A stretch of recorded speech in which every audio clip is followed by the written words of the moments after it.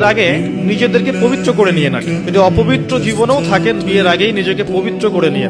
কারণ অনেকে দেখা যায় প্রেম করে নিজেরাই কাজী অফিসে গিয়ে বিয়ে করে ফেলছেন, এটার সাথে আমি একমত না।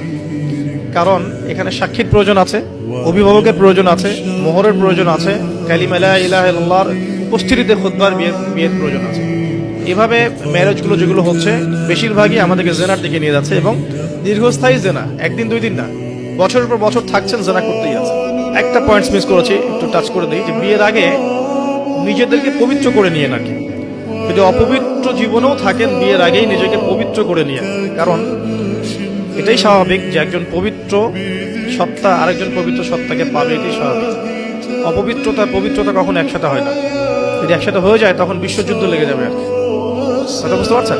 নিজেকে আগে পবিত্র করে নিয়ে, আর পবিত্র করার জন্য আল্লাহর কাছে প্রমাণ করতে হবে যে আল্লাহ আমি তোমার বান্দা বা বান্দি। যেমন আল্লাহ পাক দেখবেন হ্যাঁ আপনি সত্যি অনেস্টলি মন থেকে তওবা করছেন এবং পবিত্র হওয়ার চেষ্টা করছেন, আল্লাহ পাক সুযোগ করে দিবে ইনশাআল্লাহ।